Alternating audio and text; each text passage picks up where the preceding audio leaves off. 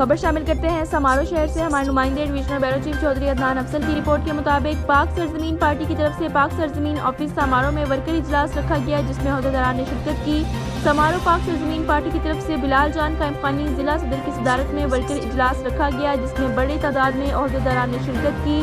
بلال جان نے ورکروں سے خطاب کرتے ہوئے کہا کہ موجودہ حکومت میں آئے دن بڑھتی ہوئی مہنگائی اور پیٹرول کے بڑھتے ہوئے ریٹوں کی وجہ سے عوام کو شدید مشکلات کا سامنا کرنا پڑ رہا ہے۔ بے روزگاری، بھوک کی وجہ سے خودکشی کے واقعات میں آئے دن اضافہ ہوتا جا رہا ہے۔